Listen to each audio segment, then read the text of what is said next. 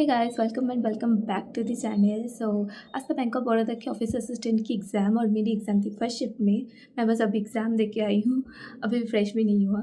So first shift के analysis करते हैं। ओवरऑल क्वेश्चन देखा जाए, ओवरऑल पेपर बहुत ही ईजी था और मेरा अटेम्प्ट रहा 74 आउट ऑफ 75। इंग्लिश में 24, क्वांट्स और रीजनिंग में 25 each. So let's start with the English first. तो इंग्लिश में सबसे पहले आता है एरर डिटेक्शन के 5 क्वेश्चन, जो था वर्ब और टेंस की अकॉर्डिंग, तो वो तो ईजी ही था। फिर आता मीनिंग अपोजिट के 3 क्वेश्चन या फिर 4 क्वेश्चन और सिंगुलर प्लूरल के 3 या 4। मुझे इस दोनों में थोड़ा सा डाउट है कि कहाँ पे 3 आया था, कहाँ पे 4 आया था, लेकिन 3-4 ही था, या फिर वाइस वर्सा भी हो सकते, मुझे याद तो नहीं आ रहा।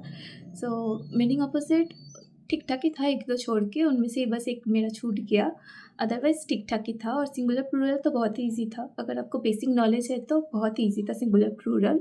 सिंगुलर फॉर्म दिया हुआ था, प्लूरल निकलना था बस। फिर आया था क्लोज टेस्ट। क्लोज टेस्ट में से आया था 6 मार्क्स, यानी कि 6 क्वेश्चन था, जो कि ईजी था। फिर आया था मिसस्पेल्ड की 4 क्वेश्चन और कनेक्टर्स या फिर रिप्लेसमेंट टाइप की 3 क्वेश्चन थी। इंग्लिश पेपर ओवरऑल 1-2 छोड़ के बहुत ही ईजी था।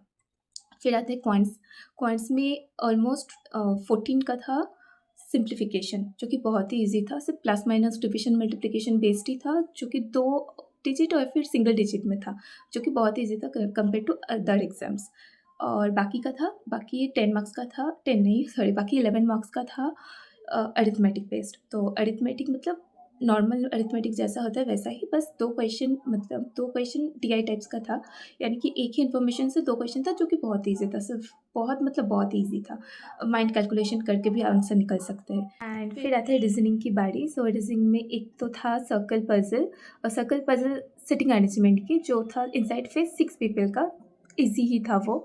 और फिर आता है एक month based puzzle, again 6 people का, ये भी बहुत ईजी था। और एक ब्लड रिलेशन था, जहाँ पे सबको स्ट्रेट फॉरवर्ड बोला गया था, तो बहुत ईजी था वो।